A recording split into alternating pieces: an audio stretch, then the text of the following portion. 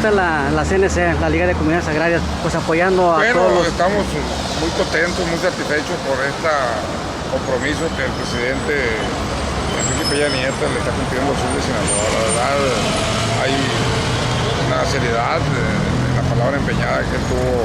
Hubo varios años, en el ¿no? acuerdo de Guasave. La verdad, yo creo que estas obras van a ser detonantes del sur, y los productores del sur del muy contentos. Los campesinos, agricultores de ahí del Rosario son los más dañados, ¿verdad?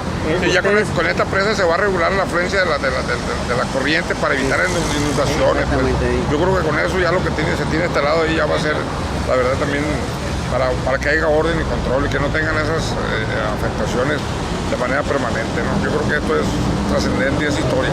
El licenciado Germán Ortega trabaja en bien de la Liga de Comunidades Agrarias. Sí, en el sector social, los productores, en la gestión, en la organización, en la concientización y en la sensibilización para que lleguen estas obras a Sinaloa en coordinación con el gobernador y aquí está Conagua, aquí estamos viendo también, ¿verdad? En reunión ahora con el gobernador. Así es. Información en Mazatlán, Sinaloa.